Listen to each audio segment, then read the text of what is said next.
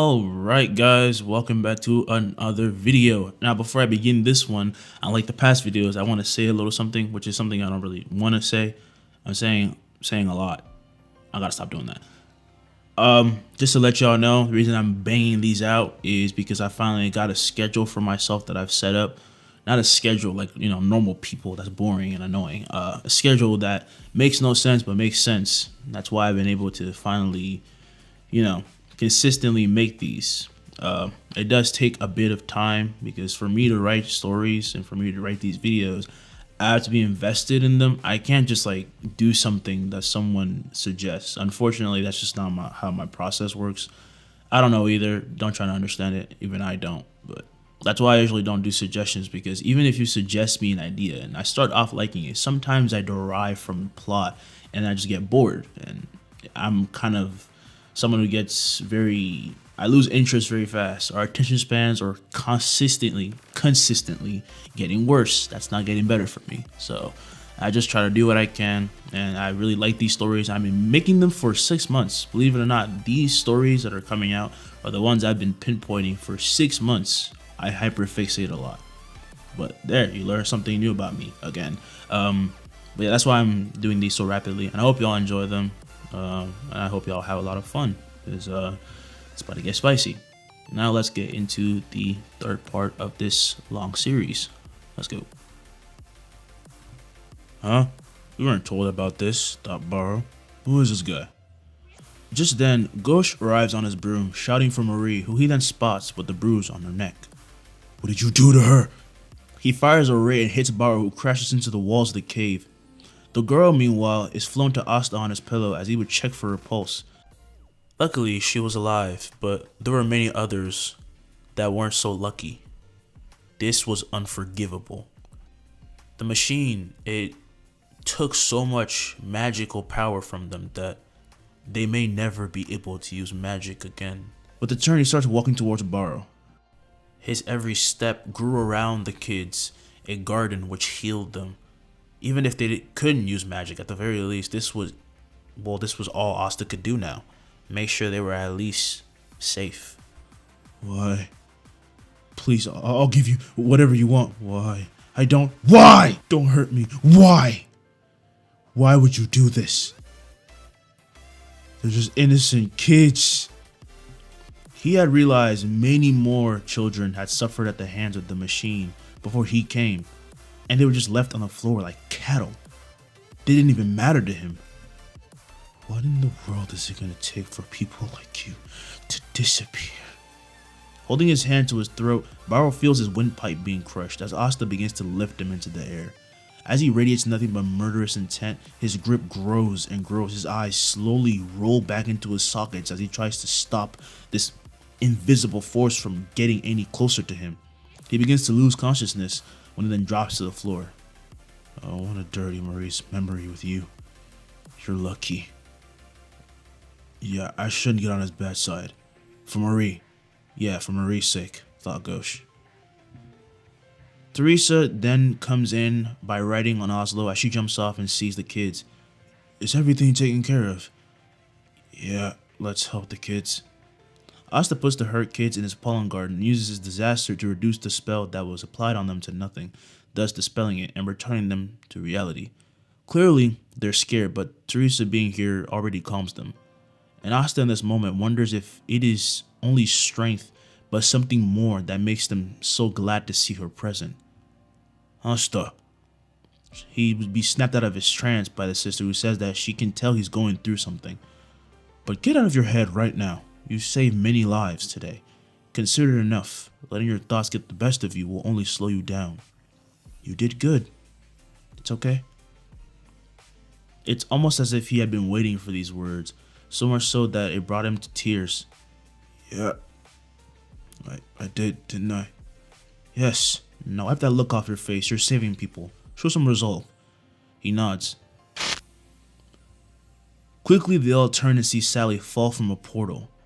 Oh, it's you again, she said. Reinforcements, just die already, said Gauche. He fires a mirror ray, but it is blocked by her summoned sticky salamander, which takes the attack and fires it back, making him dodge while he tightly holds Marie. That's not gonna work. And I made some augmentations, so let's have fun, shall we, Asta? Spirit Chesterful, 5th form, increase. His pollen garden would unravel and turn to daggers that fire, piercing and lodging themselves into the creature, nearly reaching Sally, who was hiding inside of it. Didn't you learn from your friend? I'm disappointed. Clenching his fist, Asta then smiles. I'm in a good mood right now, don't piss me off. Using his telekinesis, he pierces through the slime and tears into her body as she falls through her summon and then crashes to the floor before a salamander bursts to pieces. The daggers return to Asta's side as he walks to her. Its pieces begin to rain down, that being the salamander, and he says, "Tell me about who you are. Your group, I mean." As she gargles blood, she slowly stands, saying that she can't do that. "That'd be too easy. It's boring." "Has anyone ever told you you're extremely annoying?" asked Asta. "Everyone. Constantly. But he accepted me as I am. And he knew this would happen." "He? Did you just say he?" A flash of light blinds Asta and everyone in that instant, with the only sound of impact being heard until their vision returns.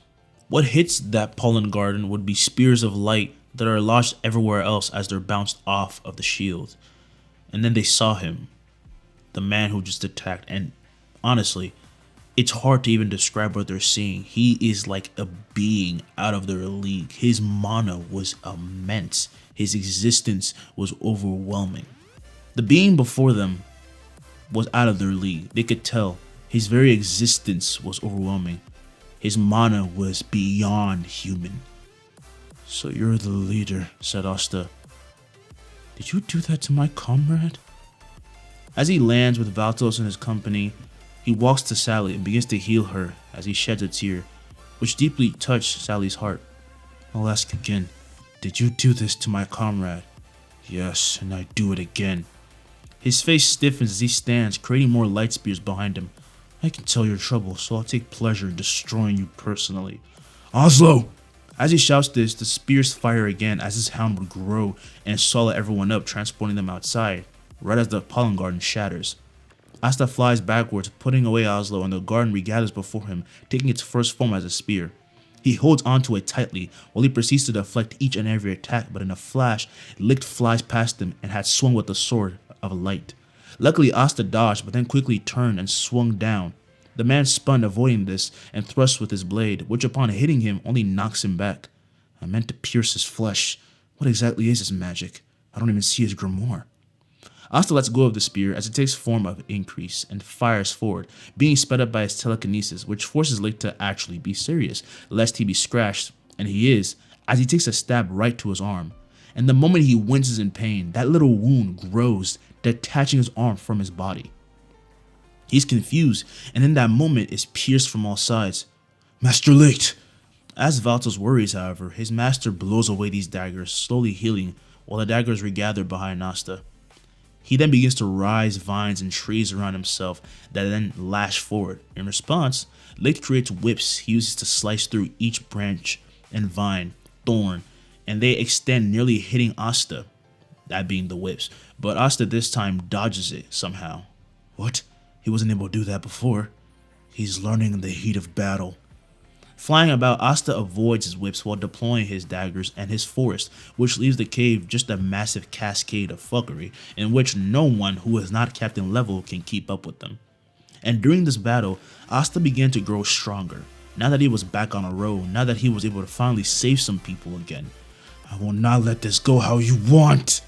As he swings down, each one of his daggers brim with magic as they go beyond the speed of light, tearing through the whips before then tearing through Licht and puncturing him. And as they tore through his body, the elf noticed that they had grown bigger. They were now at least the length of half his body, so they're no longer daggers, they're just straight up blades.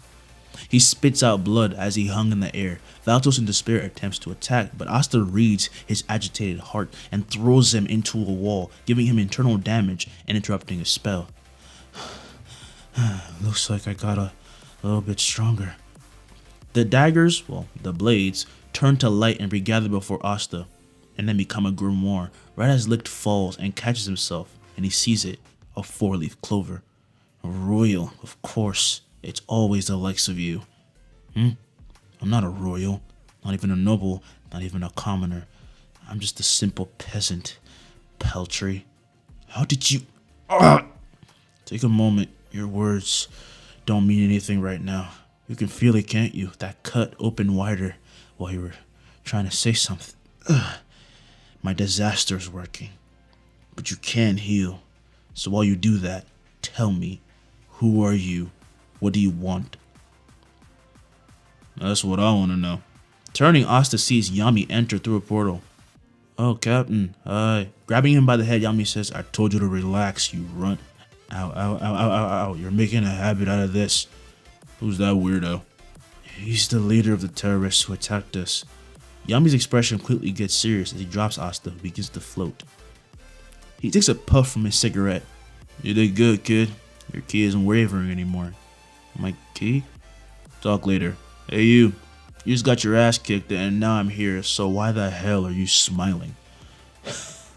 We've been planning this for years. Since the moment you vermin understood what mana even was. Since that day. And you think beating me will be enough? Your kingdom will be ravaged and turned to a cemetery. Not on our watch. It's not your choice. They're already here. From afar, another portal then opens and a hand is found on Yami's grimoire. Before he even noticed, a new mage has entered the battle and instantly Yami swings, cutting his flesh as he darts back, avoiding it just in time before it does any more fatal damage. Damn, watch it. I mean nothing by it. Not yet. Holding his hand to his chest, this mage heals right as Licht erupts with flames, and behind this new man were two new other people. Each had very powerful mana, you could tell just by looking at them. And all of them held the Clover Knights in contempt for what they had done to their comrade. Veto, Raya, and Fauna, the third eye, each surpassing Licht in combat easily. Which one of you was it? Asked Asta. The one who hurt Captain Fuegoleon. Raya says, oh, that guy. That was Licht. Got a problem with that? Licht, however, warns them of that boy. When Raya then goes to question this, he is shielded by Veto's arm from a twin-headed spear that begins to petrify his skin when he then shatters it off. Fauna Salamander fires a blast which envelops the spear and hits the two. Before Raya can even heal, Veto, however, senses ill intent as from below he is headbutted and crashes into the ceiling with a four-armed vicious bear rising. Spirit Spear Chastiful, true form, Guardian. It was no longer just a fluffy pillow, but truly became a bear. The only resemblance it now held to the pillow was in color. It chases after Veto and pounds its multiple arms into his body while using one of them to hold him in place before headbutting him to a corner, chasing right after him after that. Veto, no! You shouldn't get distracted like that, said Yami. Raya forms a blade of light and meets a dark cloak slash from Yami and is pushed back from Fauna, who with a deranged look pans her gaze up to see Asta. He was somehow radiating even more mana than before, and behind him gathered his evolved, increased form. Daggers, which were no longer daggers, but swords. I'm just gonna call them swords now. Yes, swords. Swords are double-edged blades. Anyway, that anger and hate you feel, I'm gonna return it tenfold. Burn, you human! Before she can even activate a spell, however, a portal drops another party of people. Nozel, Charlotte, and Jack arrive. Wait, oh, I haven't seen you. Seems you haven't slacked. Not at all, said Nozel. He looks upon Asta, who was, well, kind of battered, and each of the captains feel his increase in mana, and of course him using multiple of his weapons at once now. They didn't think that was possible. It's different, especially the bear in the corner ragdolling Veto right now. This isn't good, thought Licht. You came for nothing. My newbie's basically crushing this, said Yami. Shame, ain't it? Fauna at this point takes initiative to have her spirit attack with a blinding wave of flames, and Asta's projectiles meet it head on, blowing through it before combining into a massive sphere. A spear, my bad. 8 dwarfs all present in size, and as it reaches Fauna, it is blocked by a barrier of flames. She's far too strong. Veto, Raya, they're being overwhelmed and I'm still healing Licht. Thanks, Fauna. We have to do it now. The third eye all use forbidden magic. as in that instant they gain a third eye on their forehead. Their mana grows, surprising everyone, so the captains get ready to attack, but Riot, using his increased power, warps all his allies present, including himself, only leaving behind the words that they will return. The Guardian fractures and recombines with the giant spear that returns to Asta's side, becoming a 4-leaf grimoire once again. However, the toll of using so many different forms independently left the boy too tired, and he began to fall when he was caught by a bed of silver. By the way, in retrospect, getting caught by a bed of silver, I know he can control how like the texture of it is. That still would hurt like a bitch. These motherfuckers don't care about anything. Anyway, the captains approached as Yami puts away his sword. Oh, he's all tuckered out. He's not even 20, and yet he's this powerful, thought Charlotte. You chose your men well, Yami. A day later, we go to the Clover Capital Castle. Asta slowly opens his eyes, and he was in a luxurious chamber. He sits up and notices there aren't thorns growing everywhere. That usually happens when he's recovering from straining himself or just sleeping a moment. And at that moment, his grimoire shows he has some new spell and has gained the true form of his spirit, Chestival, saying that is harder than you can imagine. And just then, someone enters. This will be Marks. Asta, you're up. Flying off his bed, the boy asks what's going on, and the attendant says to follow him. I assume you're better now. Uh-huh. As he follows him and tells him what happened after he woke up, which, was not much, but the kids will return home and sent their thanks to him even though they couldn't see him. But more pressing matters have arrived, leading them to need a urgent information exchange. So, of course, they had to go down to a dungeon, and as they open its doors, they see Julius and 2 prisoners. Oh, Sir Julius. Sorry to ask this of you while you're recovering, said Julius, but since you can read my mind, I was hoping I won't have to say much. He can? Asked Marks. Yes, isn't it amazing? Flying past them, Asta says that he shouldn't be so distracted and would chop the prisoners on their heads, both of them, showing their spell as a physical form, which then slowly chips away at itself. Okay, I'm confused. What is your magic? Asked Marks. I always get asked that and I never know what to say, but now I do. I'm a hybrid. Disaster and fairy magic. Disaster? Fairy magic? Asked Julius. Disaster controls progression and regression. It mostly applies to nature. That's why I can grow plants and such and put them away, but it can also be used on a metaphysical level. If I scratch you, I could turn that one measly attack to something devastating, or turn any attack against me to damn near null. But you have telekinesis, and you can read minds, said Marks. That's the fairy magic part. You and I are actually alike, Sir Julius. I remember you from the market. You have transformation magic. Oh, I'm impressed. Did you sneak out again? Shouts Marks. As he howls him about this, Julius tries to divert the situation back to their main goal. He does, but Marks ain't letting that go, because he be doing that a lot. He has a lot of work cut out for him. Asta can tell that, because this nigga is basically a kid in an adult's body. Considering what happens in the future, that's funny as hell. Anyway, Julius then asks the prisoners some questions, a question which breaks his heart, and then he called them in, the captains. Oh, they pulled you out of bed, huh? Said Yami. I fly around with a pillow. I always sleep enough. Just then, Julius apologizes for calling them on such short notice and says he wanted everyone present when this truth they just learned was revealed. He approaches the prisoners and asks, who amongst the captains have betrayed us? The traitor is Geldre Poiset. As the prisoners said this in tandem in a daze, because obviously they're being mind controlled by Marks, while the captain freaks out, saying, that's ridiculous! I would never betray the kingdom. He hears nothing but silence as all eyes turn to him. Charlotte says that she's heard quite a few bad rumors about him, and even Jack backs this up. Oh, come on, they're clearly trying to ruin us. Why would I ever betray the kingdom? My kingdom.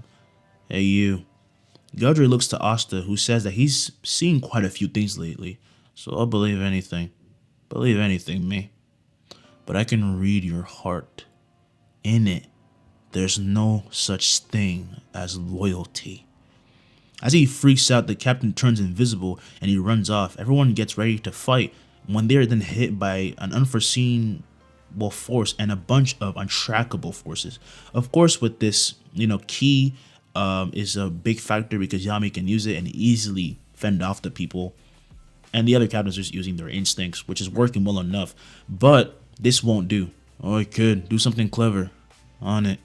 Holding his hand forward, he expels his mana and constricts the captain in place. How is he? He can't even see me. No, I can see you. And I can hear you. Roots then sprout, grabbing hold of him and his entire army, which sort of makes them visible. But just like William's magic, Asta's plants absorb mana to grow, so these puppets disappear and Geldre is seen again, but slowly weakens. How did you even grab a hold of him? His magic allows magic to pass through his body, says Charlotte. I don't know. This kid's a riot. As he looks back, however, Asta sees that they had damn near torn the entire room apart just by readying to go full power. And he looks at them blankly, asking, what is wrong with you people? You wanna die? Asked Yami. Okay, that's just not fair. That was amazing.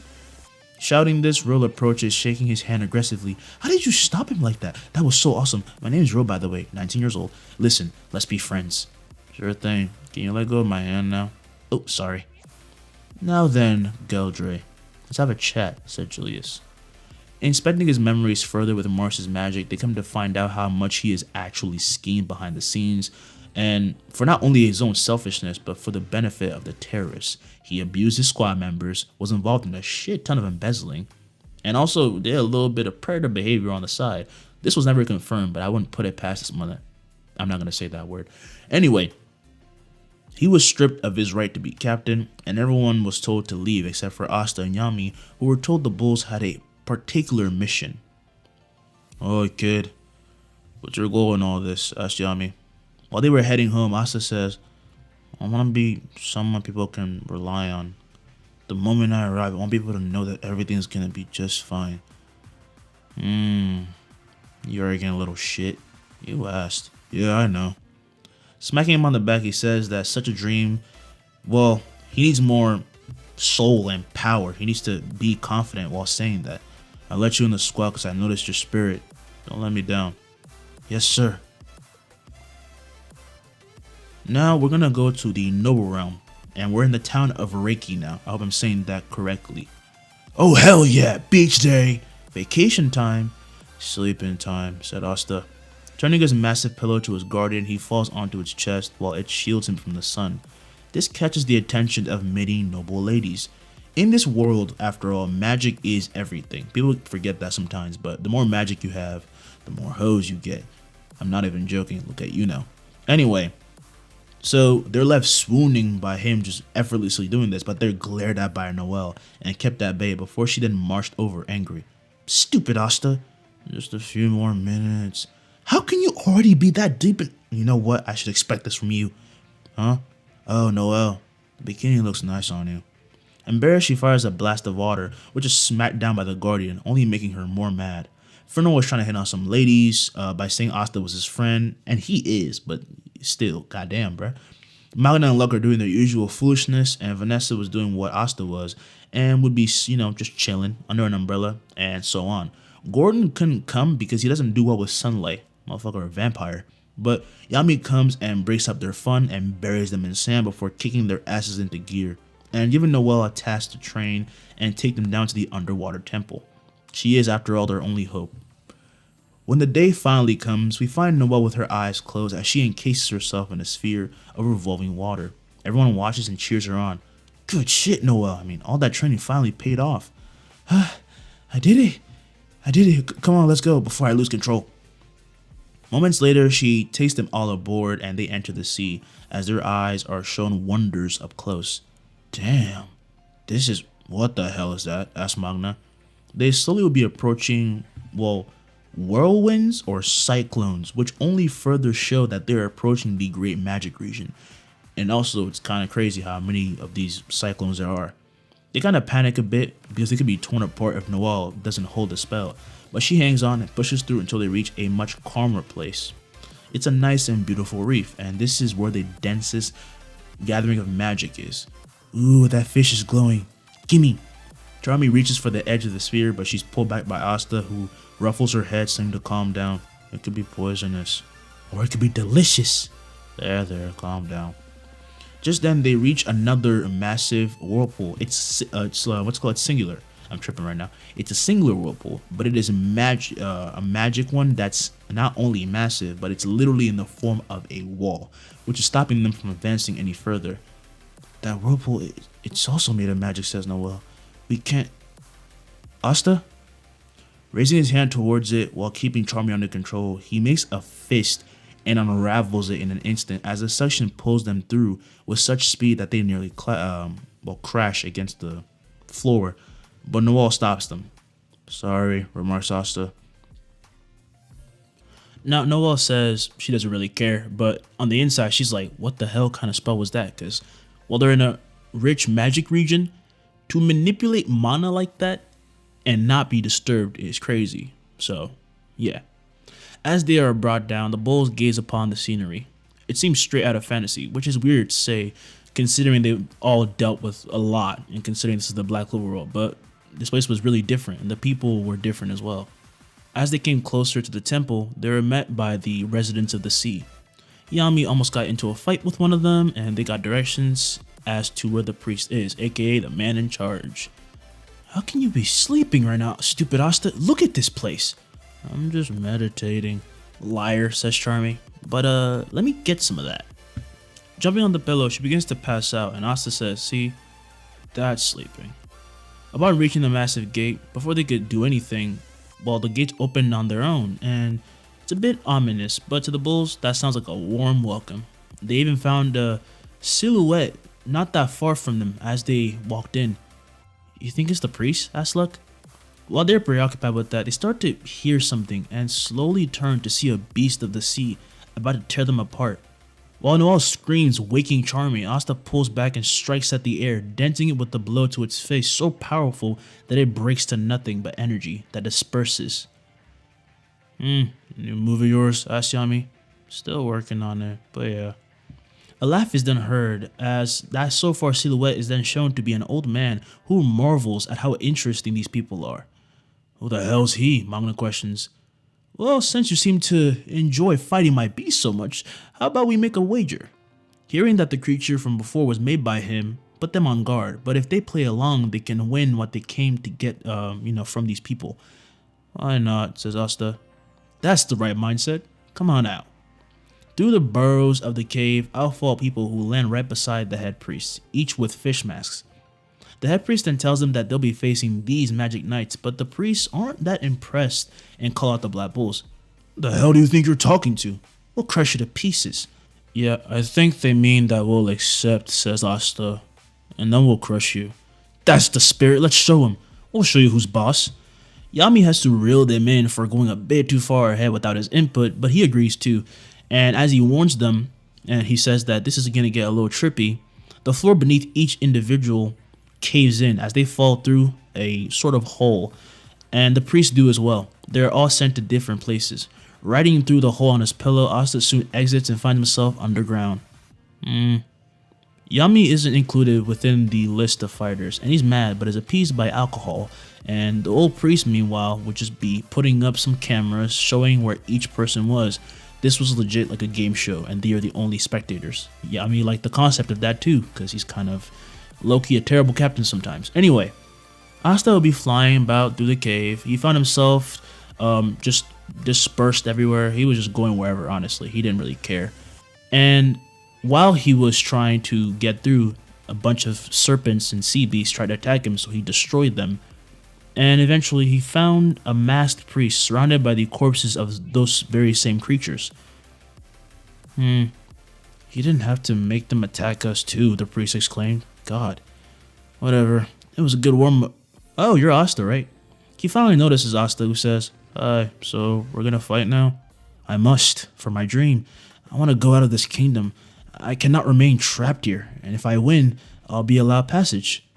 With a sharp swing, he would step forward and begin to spin as if dancing, as he quickly approaches the boy, who yawns right as he holds his pointer finger forward.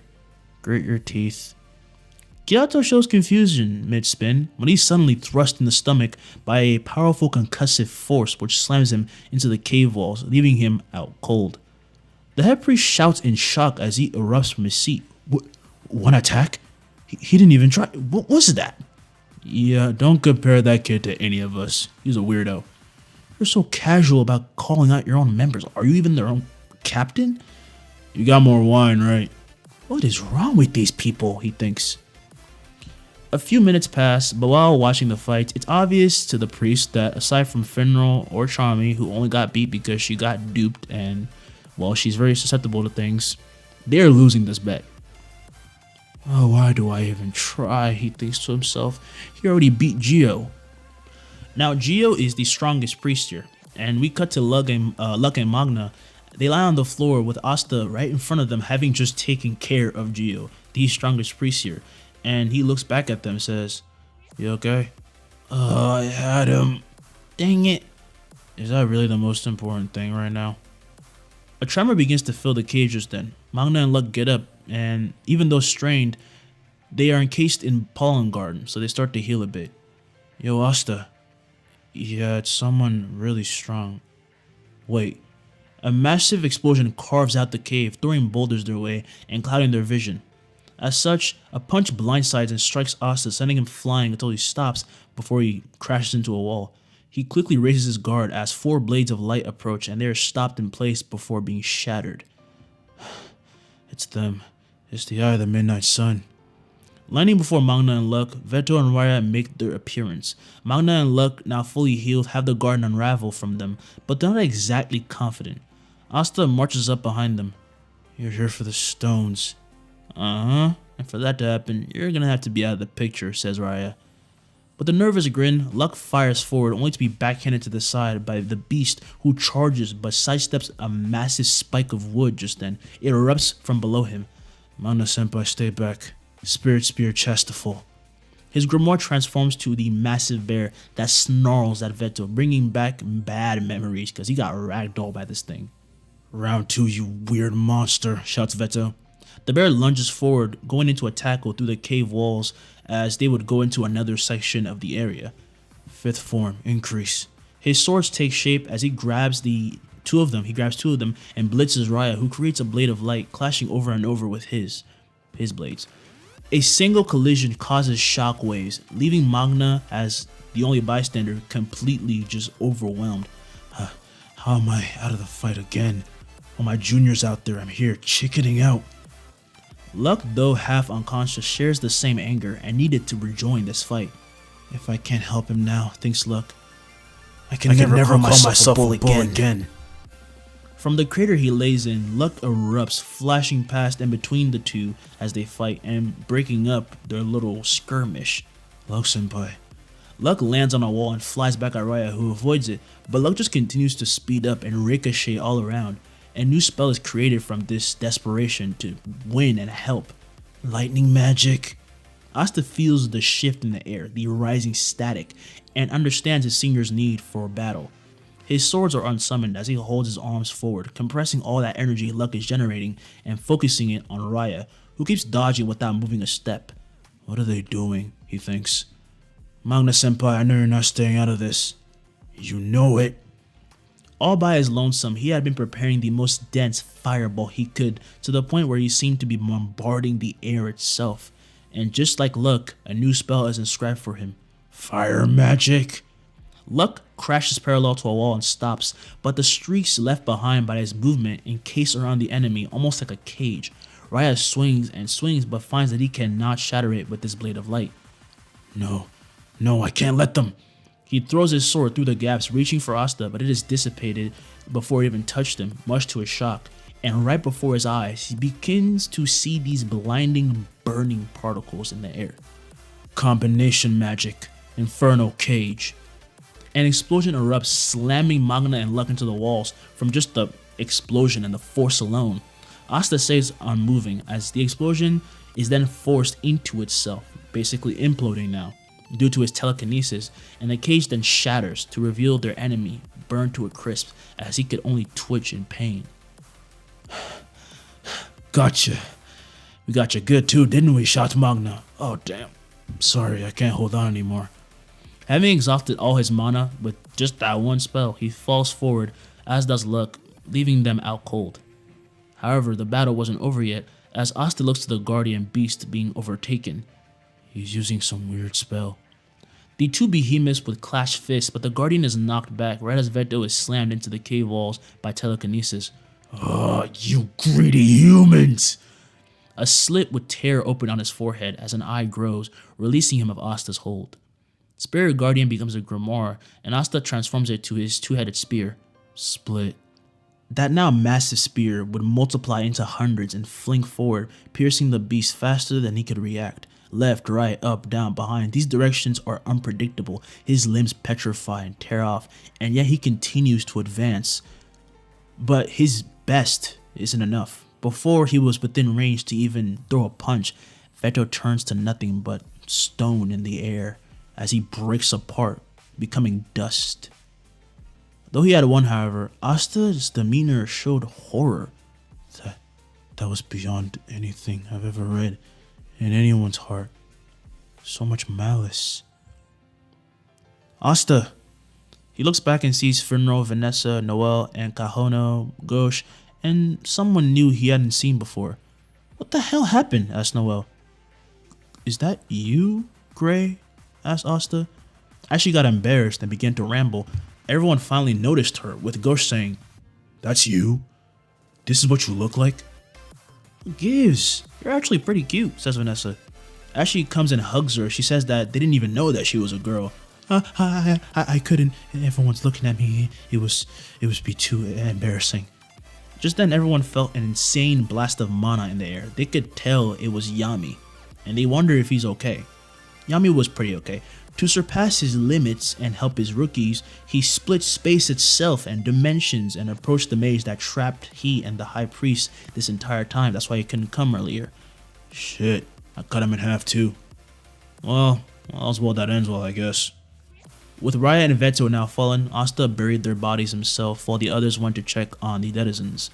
Yami finds him there, just floating over their makeshift tombs. Oh, kid. They're not good people. But I can't hate them. His captain comes to his side and asks what he saw. Asta says that in the last 10 seconds, especially Veto, from him alone, he saw what he could only assume is his family being killed, tortured. I saw kids.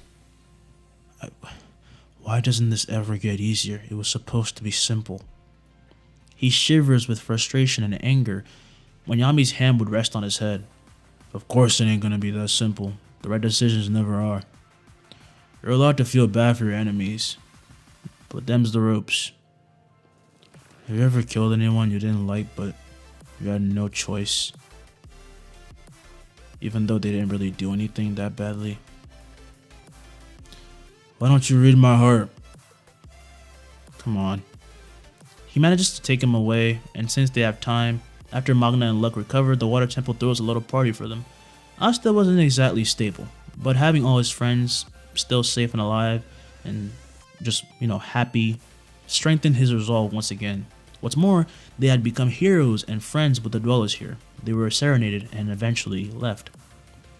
In the morning, Yami, Charmy, Finro, and Asta go to report to the castle, and they hand over the magic stones they got, or I guess I should say won. Great job. I think some stars are in order for you, don't you think? Says Julius. That's rhetorical, right? Asks Asta. Yes, and it seems that, well, they're clearly in a race for them, but you've done great, and it seems like you've gotten stronger again. He then looks to Yami. It almost feels like yesterday that he was just this little brat, Why are you looking at me like that? You've come a long way. I'm proud. Quit talking like that. I'm 28 now. Don't you get embarrassed? Julius simply laughs this off, saying that there's no need to be. I don't think you noticed just how much you have changed. All I did was what you said, and I proved that I could handle it. If no one believes you can get it done, prove them wrong. And these brats ain't half bad either, when they get serious at least. The bulls feel a sense of pride from these words because Yami rarely ever really compliments rather than just talking shit. But they felt touched. You know, this is how the bulls communicate. They like to roughhouse a little bit. We know how they are. That's why we love them. But as per usual, someone's gotta ruin the little moment. Asta feels a presence and flies to the window, opening it with a wave of his hand. What is it? Asks Finral. A screen suddenly appears behind the king, with marks exclaiming that their barrier is under attack. Already, Asta flies out. His grimoire takes on a petrified form as he grabs it. Right then, it splits to multiple versions of itself, which fly forward with Asta. As he reaches the barrier, he sees civilians up ahead running back. Meanwhile, Yuno advances, leading a charge with a bunch of Golden Dawn members, even including William, because he wanted to let Yuno take charge a little bit. Now, while the army of diamond mages is approaching, the guards at the tower, at the top of the towers, try to attack with everything they can. What disgusting magic, remarked Ragus. A simple combo spell from the underlings of the Shining General easily tanks these attacks. Brocus calls the Clover Knights weak, while Yagos would say not to break formation when they enter. Ragus with an array of lightning arrows then pierces the barrier just then as they begin to flood in from the sky. Asta readies for battle and Yuno does as well. However, from the ground, the barrier and the castle walls are barged through as Brocus comes riding in on a steed of clay. And in his path stands Yuno.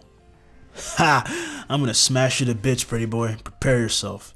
Yuno mumbles under his breath, holding a look of anger, and the closer and closer the mage gets, the more his magic rises until he swings, tearing apart his creation with the wind fang. Brocus stumbles aside, nearly crashing into a house. You were gonna smash who to bits? Meanwhile, the Shining General Ragus faces a different problem as he thought to himself, what is this child? Every attack he has thrown was dissipated by Asta's mana, and anyone who even came close to the boy was petrified by his twin-headed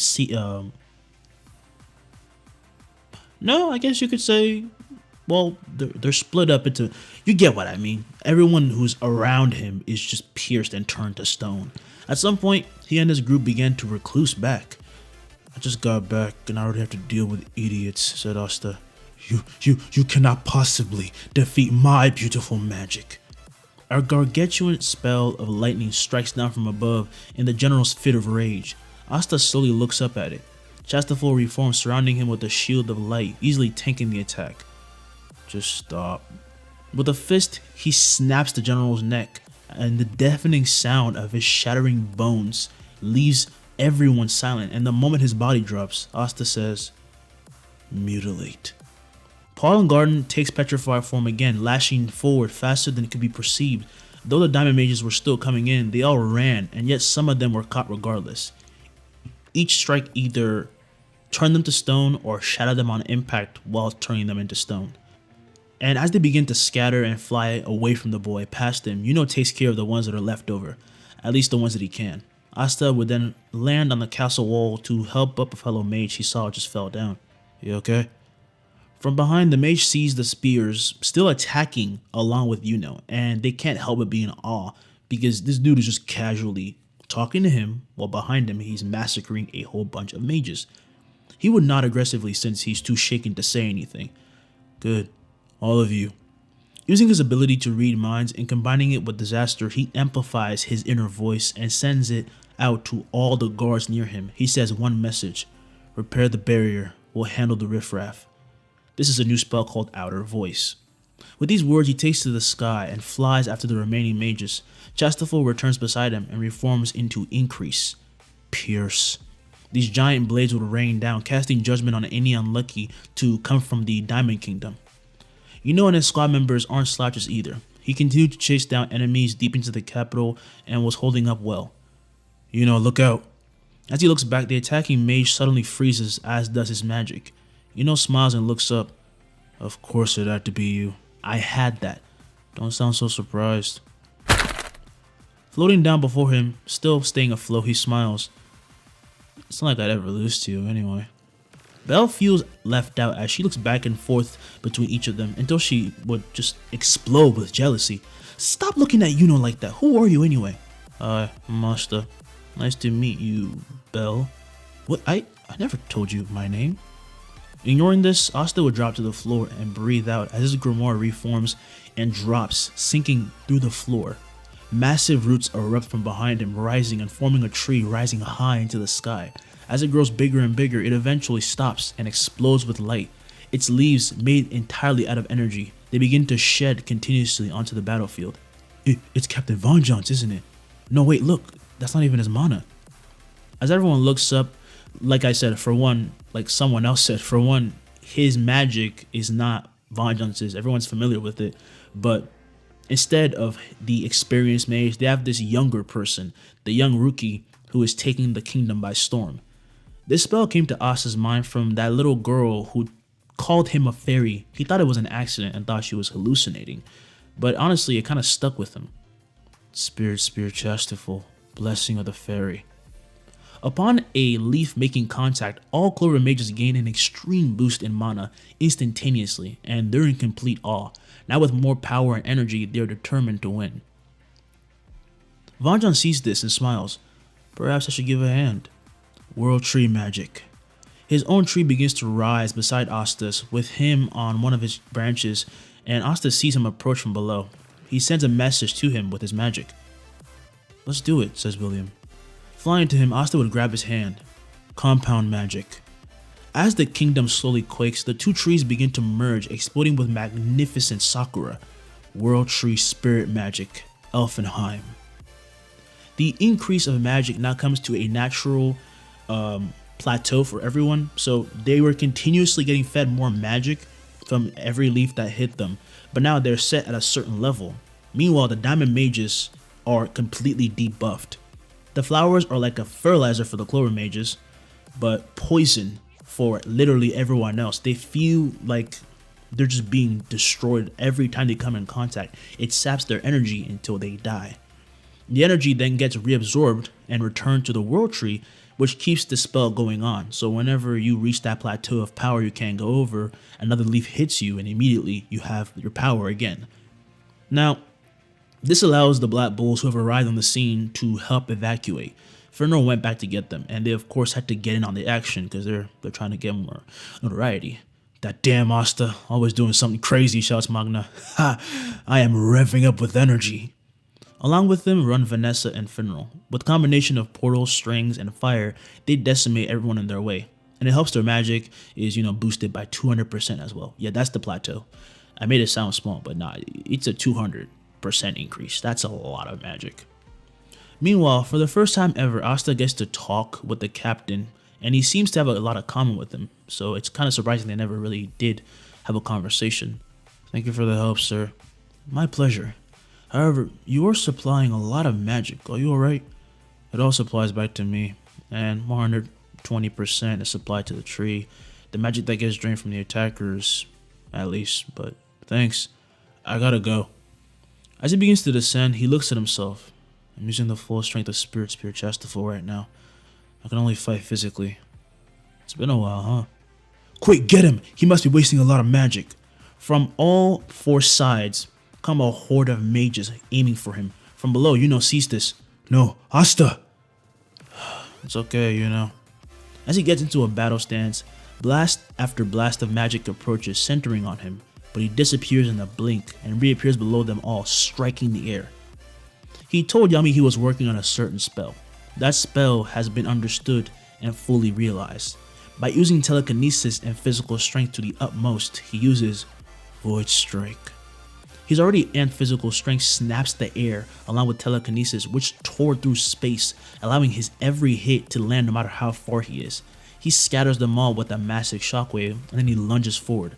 With attack after attack, he slowly resembles not a man, but a blur as he disoriented the diamond mages. Every punch or kick, however, killed them in one blow, even if for him it was a light tap, and he kept going and going. Just watches frozen. He's not that good, says Belle. Watch, we'll destroy the rest of them. Belle, he already beat them all. As she looks back up, the mages fall from the sky past the heaving Asta, whose stamina slowly recovers immediately. I guess that's the downside to the spell. I can't even call Oslo. I need to find Fenrir Senpai. He flies off to his senior signature of mana and finds him fighting with Vanessa and Magna. They notice him. However, someone very dangerous arrives on the scene.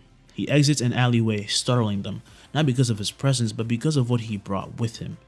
Using his magic, he drags with him innocence in a pile of sludge-like material teeming with toxins. Where is that little bastard? Don't call my name so casually. Looking to a rooftop, he sees Langris. In his presence, Fernro immediately turns mute. What are you gonna do now, huh? I got precious cargo with me. You wanna kill me? Come at me. You'll just kill them too.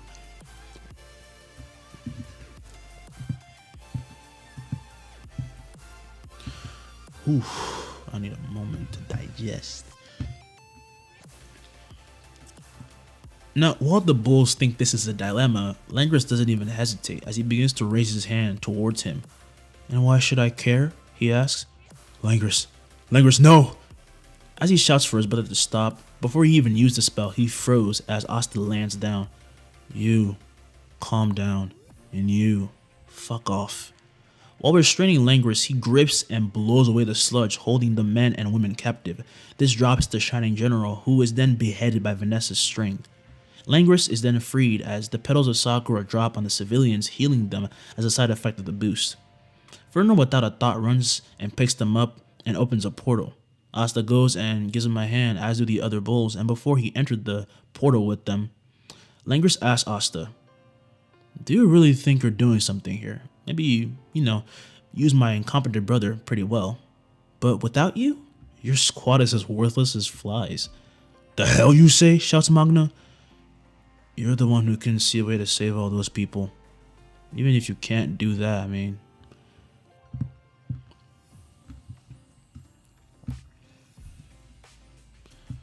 if you can't do even that, then how much are you worth?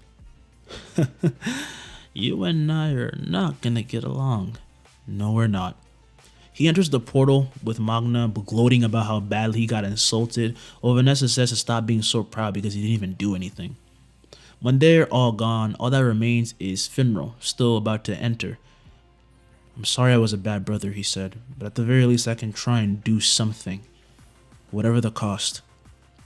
With these words, he enters the portal, and Langris is seriously seething, but his nature won't let him show it. Soon, when the battle is ended with no casualties, mind you, everyone goes home. However, a new danger encroaches, not on the Chlorite Kingdom, but on the one kingdom you wouldn't expect, the Witch's Forest, and none of them would be involved in this if not for the foresight of the Witch Queen. 2 days from the incident at the capital, Vanessa steps before the gate of her old home, a place she never wanted to return to. Hey, you better be serious about this, cause if not, I'm gonna kick your ass, she shouts. The gates would swing wide open, thrusting upon her an army of crows that encircle her and slowly disappear, taking her with them. Meanwhile, Luck, Asta, Noel, Finro, Kruger, and his beloved witch wife Domina and his student Lucy would approach the Witch's Forest. Like I said, witches aren't exactly nice to outsiders, especially not men, says Domina. You also said that Vanessa-senpai hates witches.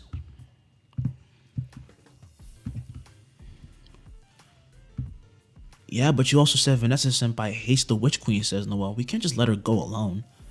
There's no point in changing their minds, says Kruger. Besides, we're already in deep water. Up ahead, a group of witches stand ready on their brooms, and the group will slowly come to a stop upon seeing them. Turn back right now. Your species isn't allowed on these grounds. That's really mean, says Asta. I don't care. Leave. Yeah, we don't want you here.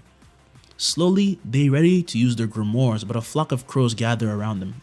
Those crows would immediately freeze in space due to Asta's influence, but Domina would stop him. The queen wants us. Even the witches are, surprised. And honestly, if it's the queen, because those crows are very familiar to the queen, they can't do anything about it. So he lessens his hold, and they get closer and closer, teleporting them. They saw black 1 second, and the next, they were in the queen's quarters. And upon seeing, Vanessa is good and safe, they're happy. A little bit on guard, but they're happy. Vanessa looks back, shocked to see them here, and says they should leave. Asta floats past her and would slowly approach the queen. Asta, stop. It's okay, says Vanessa. I just have unfinished business. Really? Because it looks like she orchestrated all of this. The queen's demeanor changes. Don't speak of things you don't understand. Everyone feels in that moment that her mana was suffocating. It's like seeing someone who isn't human. The queen was legit terrifying. In the old like Black Clover days, that woman was terrifying. But Asta is unaffected. She knew this would happen. She led you here, hoping you bring us, says Asta. Me. You bastard. Spear Chastaful. His pillow takes the first form of a massive spear, nearly reaching the queen's throat just from manifesting. It's not even like lunging at her, it's just that big now, and everyone freaks out. Mostly Domina, as to her and other witches like her, the queen is basically like a god and is indomitable. Kruger, who exactly is this kid? Asked Domina. I told you, a student of mine. Tell me why, asked Asta. You insolent child. A splash of blood latches onto his spear, and then it aims to seep into the weapon, but it would split, surrounding her with a massive horde of blades. She's shocked. I'm gonna ask you again. What do you want? To the queen, her pride is everything, and her magic told her, without this boy here, there's no way she survives the next few hours. So she swallows her pride, as hard as it may be. The Diamond Kingdom and the Eye of the Midnight Sun aim to destroy my people. You stop them, and I shall tell you of what the Eye is after in the stone they chase. Hearing this, the bulls look at each other, concerned. If she really knows something that they could finally use, then it would end this whole scuffle. And she has the MacGuffin that they're trying to gather, which is the freaking earring that she's wearing. It has one of the stones, which is why the people are coming here to destroy everything. Inferno says, those guys again? I mean, are they just insane? Don't they sleep? Of course they do, says Asta. Oh, was that a joke? No? Yes, I don't know. They're just everywhere all the time. Well, they're definitely approaching. It's up to you, Vanessa-senpai. We'll do whatever you say. As she thinks on it, Vanessa remembers not only that this woman is despicable, but she is incredibly prideful. Like, I'm being so serious. If Asta wasn't the main character, everyone on the Black Clover cast would, well, not Black Clover cast, but the bulls would have died that day. But she is also in risk of danger. But so is every other witch here. We'll help them, but you better not try to trick us. You hold up your end of the deal. Let's do this then, said Noel. Asta flies out of a window directly into the forest and takes a sharp cut to the right. The witches who had gathered before to stop the Eye of the Midnight Sun, who were gathering and waging battle, were losing horribly. But Oslo. From the forest rises the massive hulking beast. All mages erupt with fear. They don't know whose side that thing is on, but it attacks and chews up a member of the Eye and throws him aside like a rag doll before howling to the sky. The witches are obviously terrified. What is that thing? It appeared in the capital. We were warned about this. Then that means he's here. Flying between witch after witch, Asta would then throw his pillow as it gigantifies and takes the seventh form, Guardian. The hulking bear begins to battle, helping the hound. All of you retreat, says Asta. Don't tell us what to do. We're only leaving because we want to. Who does he think he is? As they fly off, Asta is dumbfounded and legitimately doesn't know what to say. Why are we saving them again? Oh, screw it. With a snap of his finger, he creates two sunflowers that slowly begin to rev up power before firing. Oslo and the true guardian would dodge just in time, which allows the beam to obliterate the remaining mages in this area. He then tells Oslo to go to other areas, and whether they be Midnight or Diamond, he is to kill them on the spot. It barks and would then run off. Guardian. With a huff, the bear would fly behind him and grab him, chucking him towards another end of the forest. Asta, meanwhile, would summon the petrifying spear, which I feel like is heavily underused in the 7 Deadly Sins series. Like, bro, you have a fucking weapon that turns people to stone. Use it. He grabs it tight, and the closer he gets, the more enemies gather around, and he would say, Stoneclad Blitz.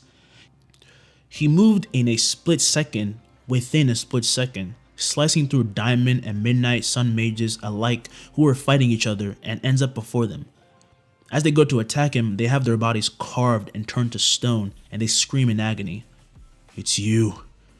The boy feels an intense heat burning his back. He turns and sees Fauna, the hateful. It was you. You killed them. I did, says Asta. You want to kill me? I want to do much, much worse than that. The spirit of flame surrounds her and turns into a salamander, landing on her shoulder, releasing a blast. Pollen Garden encases Asta, blocking it, and then splits, turning to his massive blades. The moment they fire, Fauna is socked in the face by a true guardian from the side, sending her crashing into the forest. Now enraged, the salamander would turn gigantic, but it is immediately pierced from all sides by the blades and screams in pain. I'm sorry. I know you don't have a choice, says Asta, but neither do I. His telekinesis pushes the blades further, whilst Fauna watches from below, bewildered. She heals herself and yet still feels the complete shock of the punch. It's insane how much that hurt. How can one hurt a spirit to such a degree, she thinks. It's a being made of mana. It's impossible. Impossible. Fauna? A familiar voice would interrupt her. The diamond mage, Mars, runs to her. Fauna, is that you? She looks at him blankly, just as Asta crashes right between them, grabbing a hold of her with telekinesis. No, stop. Let her go right now. It's you again, says Asta. Why would I do that? I thought everyone was just a pebble in your path. Just riffraff. For her sake, I'm willing to die fighting you. I can't lose her again. I can't lose everyone again. He bursts with magic while Fauna is just confused. She somehow knows this man and yet also doesn't. Her mind goes into conflict and Asta can feel it, and this has never happened before. His guardian and blades begin to shine even while they restrain the spirit, and this shows that he has a new spell. Heart reading. Promotion. His eyes light ablaze as he almost feels pulled towards this girl, and the next thing he knows, he stumbles into a whole new world. Everything was red and surrounding Asta was corpses. He holds his mouth shut as he starts to advance and he starts to float off the floor. He doesn't even want to touch anything because it's just so bloody. The more he moves forward, the closer he feels the presence of the real Fauna. And in all this carnage, he finds her in a corner of a room. He stops right before her. She tucked her head between her legs, afraid to look up. Go away. I can't do that. Everyone is gone. I don't have anyone left. Just go. Let me die. That's not true. Startled, she looks up, her eyes dead, and yet she sees past all of this and sees Mars waiting for her outside. She sees what's present before her, not what was before. Go to him. Come on. With a stagger, she slowly gets up and she begins to run towards the one semblance of her past that still exists.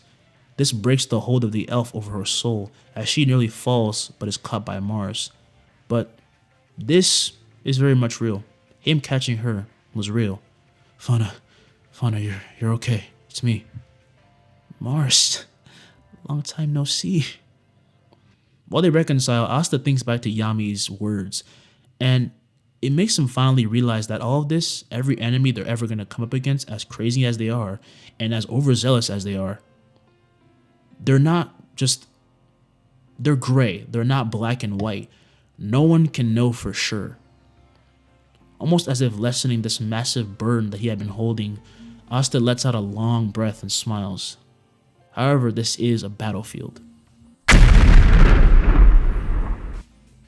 Quickly, Asta flies off towards the danger. Not all diamond mages are like Mars, obviously. Shit, almost all of them, well, especially most of them, are very power hungry and a little bit insane, but that's not their fault. The way they were raised wasn't exactly the best. But out of all those insane people, Ladros is the most insane. Thing is, if you forgot, because Ladros hasn't really shown up lately until the final chapters of the manga, he too was a student of Kruger. However, he had crossed the line when trying to kill not only Kruger, but his wife. He burnt most of the forest for fun, and he made use of his ability to absorb magic very well. Surrounded by a sea of flames, Kruger looks to his right. On the floor lays Domina, her neck marked by Ladros' burning hand. Me. Just me. You should have just come for me. Sensei, it's okay. She's not dead. Yet. Just being in his vicinity, he feels his mana being sapped. And yet he had to accept that Ladros was far too gone. But Kruger just couldn't bring himself to hate him regardless. Hey you. Huh? The moment that Ladros turns back, he's struck by a punch to the gut, sending him flying past Kruger, who falls to the floor, wincing in pain. Quickly, Asta runs to him while placing Domina in his pollen garden. Domina, she... It's okay, I got her. It's almost over. Just leave that guy to me. Before he leaves, however, Kruger says that he has to tell him something. Please, just... I'm no miracle worker, says Asta. But at the very least, I won't give up without trying. Kruger felt it. Now, he had known the boy for a little bit, not that long, but never had he seen such a look in his eyes. He trusts him to handle this the best way he can, and to not be completely ruthless. He lets go. When did you get so strong, kid? Asta lays him down, and with Salamander now gone due to the elf being gone, his grimoire returns to him as he walks through the destroyed path. Ladros comes down the same path, cackling. Holy shit, you pack a wallop. I mean, I can tell you're just teeming with magic, huh? Good. More for me. Activating his spell, he chases Asta into the sky with 6 beams of energy.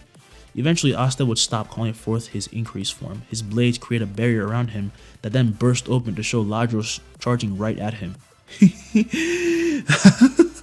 Come on, show me some magic.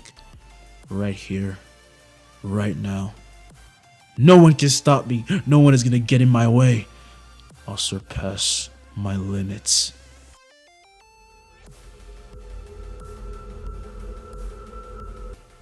Suddenly, Asta explodes with light, and Ladros covers his eyes as he cannot look any further forward.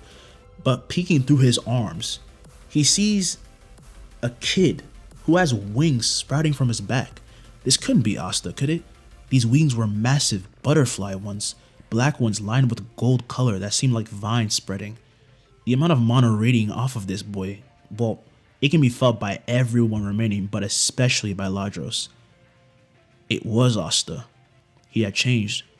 Oh, so you got some freaking wings. So what? So everything. Holding his hands at his mouth, he would blow. Disaster.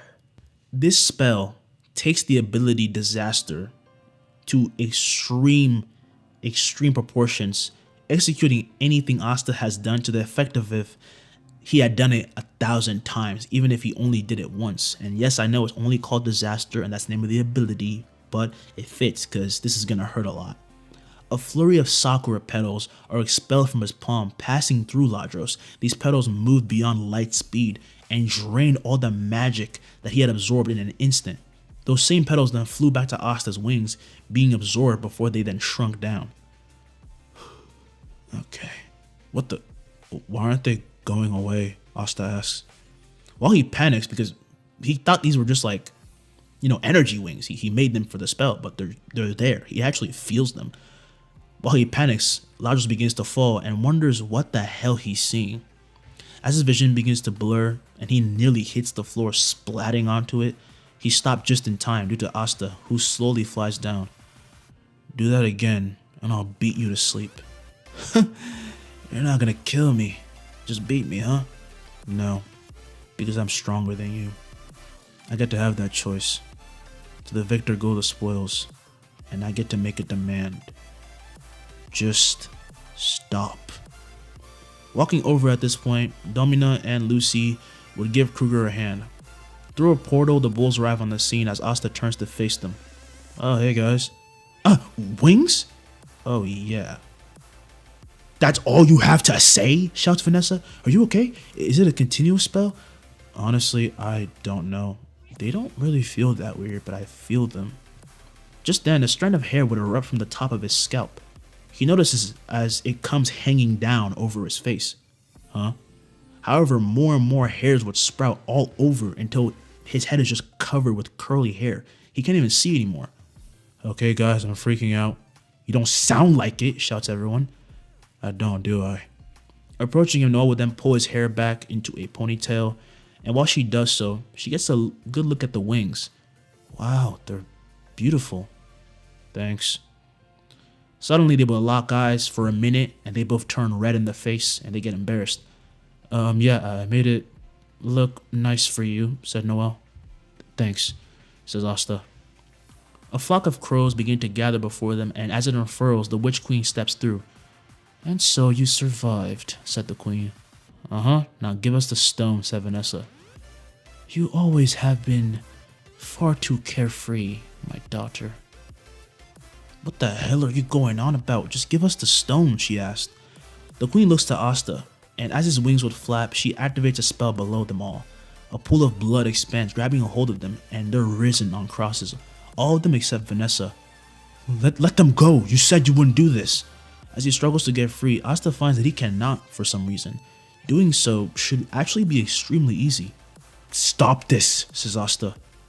You don't know what you are, do you? I'm a black bull. You are not human. Well, not fully anyway. Your appearance, those wings, you're reminiscent of them. The fairies. This comes as a shock to them all, most of all Asta, who realizes that this bizarre feeling is not normal. It's very bizarre how her wings are attached to his wings. This phenomenon that's happening right now should not be happening. He really thought these wings were just, astral. They were fake. But the blood is literally corroding into them and making him feel useless. It's like his wings became a part of him. Them being attacked feels like him being attacked. Now, time for you to say goodbye to your friends, personally. Creating a scythe of blood, she slowly advances, pointing at Kruger, then Domina, then Asta. A shame, even though your kind of survived, its bloodline will end with you.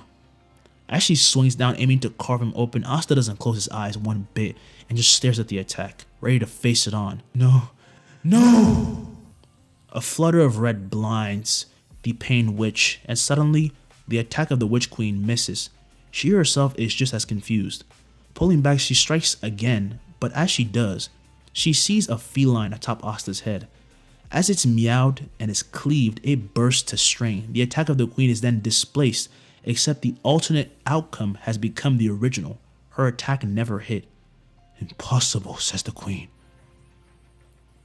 Vanessa is just as confused, but this cat dispels the spell on Asta, setting him afloat before it reformed right before Vanessa. Are you with me? She asks. It nods and snuggles up against her.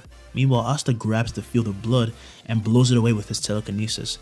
The bulls all drop, along with their friends, and defeated, the queen falls to her knees. The power to control fate. Such arcane magic. And for such worthless... Before she finished her words, she saw Vanessa run into her friends, terrified that she would lose them all. She was in tears and happy they were okay. It had been so long that the queen had seen such an expression. She doesn't know where it all went wrong. Honestly, she really did like Vanessa, but her way of trying to keep her to herself in a cage, a literal cage, things became so twisted since then. But the cat of fate and her friends, Vanessa tells the queen they will not be meeting again. I'll make sure of it. Reaching his hand out, Asta would snatch the stone and store it in his pocket. Oslo? Oh, there you are. The hound comes running from the forest, now being the size of a cub, and Asta scoops him up into his arms. He also notices that the same markings that he had on his wings were on him now. Hey, Asta. Mr. Kruger. It was a pleasure, kid. You, always seem to give the best surprises. Wings, huh? You're the one who got married. Don't mess it up, please. Promise. Behind them, Fernal creates a portal and they step through, saying goodbye. When it closes, they would enter their own. They all step through and the queen wouldn't hear anything from Vanessa for a while, but we all know what's going to happen in the future, at least if we read the manga. Entering directly into the living room of the bulls, we see waiting there, reading a newspaper, would be Yami. Along with him was Gray in the corner as usual, and Gordon was mumbling. What is wrong with me? Mumbling to himself. And immediately when they see Vanessa, Gray would, run and hug her, crying her eyes out, saying that she was very sick. And Gordon would whisper, I'm really glad you guys are okay. In his head, Asta would hear his voice, and he thanks him as he smiles. Welcome back, you idiots, said Yami. Yeah, I'm glad to be back. And just like that, we have come to the end of another 1 hour long video. How do I do it? I don't know. But glad I was able to push this out. I had a few troubles today with trying not to bother my roommates and all that. Hopefully my loud ass voice didn't interrupt anyone playing the game or just generally trying to relax, because I'm naturally loud. It's kind of a problem. Anyway, hope y'all enjoyed. Don't forget to like, subscribe, and all that shit. And I will see you guys next time. Peace.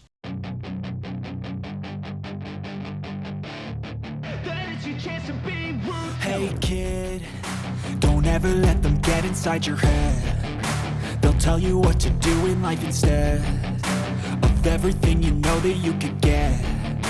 Don't let them guide your life towards regret. I'll fight for what I love with every breath. My past is filled with things I won't forget.